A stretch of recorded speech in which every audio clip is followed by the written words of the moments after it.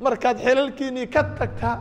ummaddan muslimiinta ah dadkan masaakiinta ah dhibbanaa muddo dalkan haray ummadihii ka haray xilkaad u hayseen yaa markaad meelihiinii bannaysaan oo aad xaaba adduunya habeen aad gaajooteen aad uga tagtaan maxaad tihiin ma insaan baa tihiin mise xayawaanaad tihiin ii sheega caqliga waa inuu shaqeeyaa waad ka weyn tihiin ka sharaf badan tihiin cizigiinii allaha kordhiyo waad ka weyn tihiin ka cizi badan tihiin inaad waxyaabo yar yar in aad u hadashaan ilaahay baan ku dhaariyey $100 baa maanta loo calacalayaa oo aan la diidin laakiin soo daahay registration baa la samaynayaa waa nidaam baa la samaynayaa magacyadii iyo wixii oo ay dawladdu doonayso inay ciidamadeeda ay ku habayso oo ay nidaam ugu samayso diiwaankana cumar baa bilaabay in wax la register gareeyo marka waana dantiina iyo danta ummadda weeyaan iyo danta dalka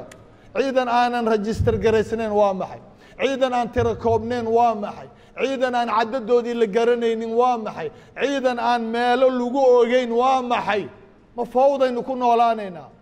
sharciga aanu ku dhaqanno ma sharcigii duurka ma xoolihii xayawaanaynu nahay insaan baynu nahay nidaam baynu u baahan nahay kala dambayn baynu u baahan nahay diinteennaa kala dambayn leh diinteennaa saxaabada ideelkood waa kala dambeeyeen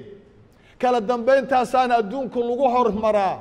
dadkan soo qaylinaya shayaadiinta meelaha ka qaylinaya social mediaha ah dalka ay ku nool yihiin bal idinku waraysta idinkuwa qaar baa ka yimid bal ma nidaam daraa lagu nool yahay ma jiraa ciidan qori iska wato oo aan register garaysnayn meel lagu ogeyn magac lahayn iska socda miyaa jira ilaahay baa ku dhaariyey maxaa la yiraahdaa ka isaga ah ya shufta la yiraahdaa shufto ya waa gaangis waa mooriyaan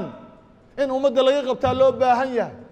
waxay ila tahay waxa laga shaqaynayaa ee ciidamadu ay ka shaqaynayaan dawladdu ka shaqaynayso waa in ciidankeedii oo culays badan runtii oo udubdhexaadka nabadda waddankan malaayiintan ruux ah in ay nidaamiso intaas waa u malaynayaa wax la isku haysto laakiin idinkana maxaa la idinka rabaa in aad caawisaan ayaa la rabaa